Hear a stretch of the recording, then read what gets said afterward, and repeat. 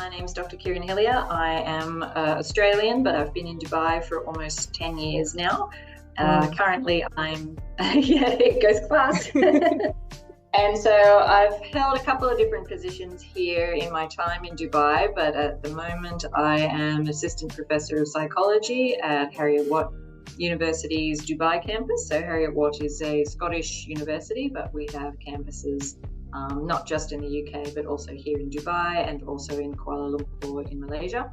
And that's my full-time job. And part-time, I work as a psychologist in a private mental health clinic here in Dubai, Open Minds, where I'm seeing clients 2 nights a week. That's amazing, ma'am. So our topic for today is really interesting, actually, about psychopathy and their effect on the innovative economy. So for the first question, we would just want to ask, how do we define psychopathy and what are the key characteristics associated with it? Right, yes. So I guess I'll preface it by saying my training background is I've got a master's in forensic psychology and a PhD in psychology, and my first job out of university was in a maximum security prison. And so part of our training in the forensic program that I did was understanding psychopathic traits and knowing how to assess for those. So it gets a lot of research attention in the forensic psychology sphere because you are dealing, if you're working with offenders, they do show much higher rates of psychopathic traits compared to the general population. But I'm seeing that there's this movement in the research where more and more researchers are interested in these traits amongst people in the general population, and particularly in organizations and businesses, and those either in leadership positions or, in the case here, we're talking about entrepreneurs, people who are first establishing businesses. So yeah, I guess I wanted to preface that because psychopathy was first explored in the context of people who were just not responsive to mental health services. And they're and Harvey Cleckley back in 1947 was there's this interesting cluster of traits that seem to be really very problematic if you want to be working with someone in terms of mental health and changing antisocial behavior. And then that was further explored by Hare, who developed the psychopathy checklist revised. And so that's the most frequently used assessment tool. There's still issues around, there's some criticisms about it in that, there's too much of an emphasis on delinquent, criminal behavior. But it does talk about personality traits and interpersonal interactional styles, as well as behaviors that a person might tend to engage in. So if we look at it from that perspective of the PCLR, it talks about 20 features in an individual that we then will score someone in terms of the presence or absence of each of these particular traits. So probably the most frequently known concept or feature of psychopathy is this superficial charm. They're very good at creating that first impression. They make people feel at ease very quickly. And we'll talk about, they're very charming. They have a very good ability to set a good first impression. But as you get to know the person, you do realize that charm is very superficial. It's not a true calculated. Yeah. Which then sort of leads into that sort of conning or manipulative thing that that you touched upon, that everything is very strategic in terms of their interactions and the behaviors. It's all with a particular goal in mind. And so then that can mean that there's quite another feature is this sort of parasitic lifestyle, that they will only maintain a relationship insofar that you are useful to them in some way. That there's a give and take in it. Well, there's a lot of taking. More taking than giving. Yeah, not much giving. And then once they can't take any more from you, either because your level of influence means you're no longer helpful to them, or you don't have financial resources to support them anymore, or they found someone who they feel is even more useful, then they're very quickly able to dismiss and Detach disregard you. themselves. Yeah. So their relationships are very parasitic. It's what can they get from you. And so then another part of that sort of conning and manipulative style is a tendency for, well, we call it pathological lying. So people who lie, and there doesn't seem to be much purpose behind it, or no reason for it. They do it so persistently that they will either lie just for the sake of they enjoy tricking people, or they will exaggerate or just outright lie about their qualifications, their experience in certain areas, their training, the quality of relationships that they have. They might say, oh, I'm really close with the CEO, and actually they're not. And then what's more frustrating than that is if you do catch them out in a lie, they will gaslight, they will maintain it, they will go, no, you misheard me, so you misinterpreted what I said, what I actually meant was this. So they won't take ownership of that, which then sort of goes on to this general pattern that we see of a failure to accept responsibility for their own actions. So if something goes wrong, it's always somebody else's fault.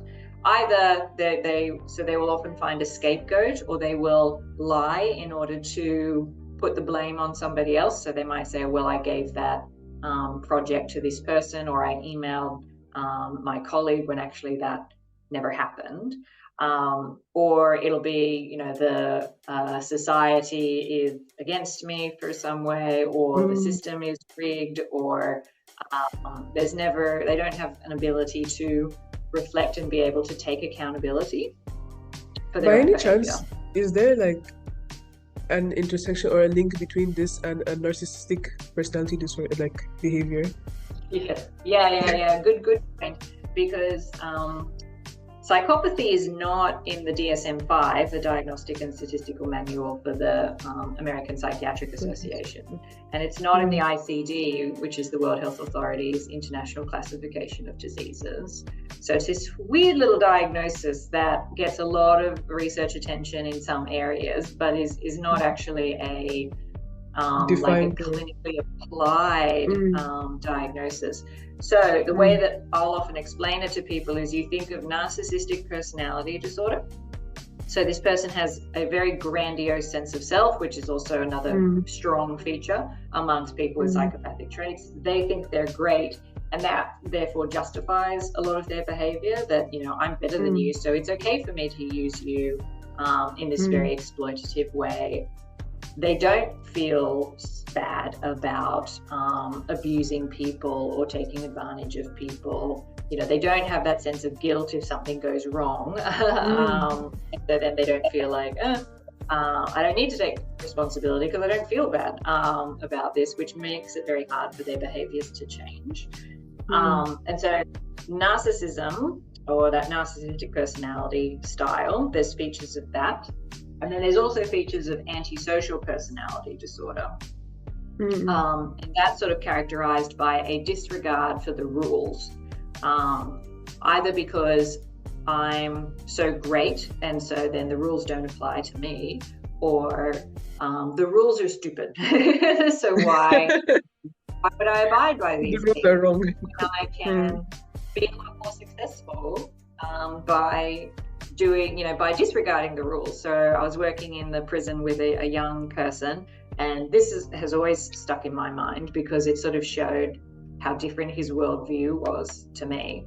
And it was looking at, his job options and things. And he said, really, you're the dumb one. Like, you come in and you work 8 hours a day and you only earn, maybe Australia, like $90,000 Australian dollars in the year, and then you get taxed on it and stuff, whereas I could go and rob a bank and grab $50,000 in a day.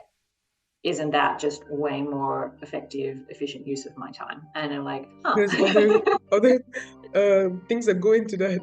Wow. Yeah. Oh, okay. So I think of psychopathy as both antisocial personality disorder, a disregard for the rules, plus narcissistic personality disorder, a grandiose sense of self. Smush those together and you get a wonderful combination. Quite challenging features of individuals.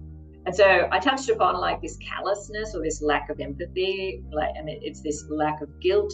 And so in some contexts, you can imagine that could be quite advantageous for someone if you're not restrained by these social considerations.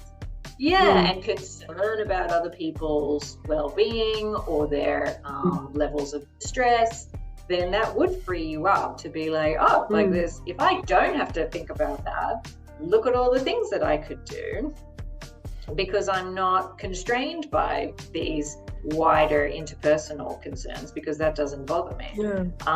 It's like almost like they're in a state of like full autonomy, no regard for any values, no rules, just free. Exactly. I have no accountability to anybody. I have no obligation to anybody. Now that doesn't mean they can't form like the occasional strong bond. So it might be with a parent or a partner or a sibling or something. Or a favorite person. Tend to be... Sorry? Or a favorite person. It often tends to be because that person's maybe their own personality means that they don't really push back. And so they give this person what they want, and you've established a dynamic in the relationship where they are maybe quite passive or enabling. And so then they'll find that, but that relationship is ultimately to their benefit. It's very one-directional. So as soon as that other person starts to maybe enforce boundaries, saying no, challenging their perspective, then they can quickly disregard that person, and suddenly it's not easy to do. And so they'll cut you off, and that can be quite traumatic for someone where that relationship, they thought that was an important relationship for this psychopathic person, and it turns out that it's not. And so there can be quite a lot of, they can leave a lot of psychological damage in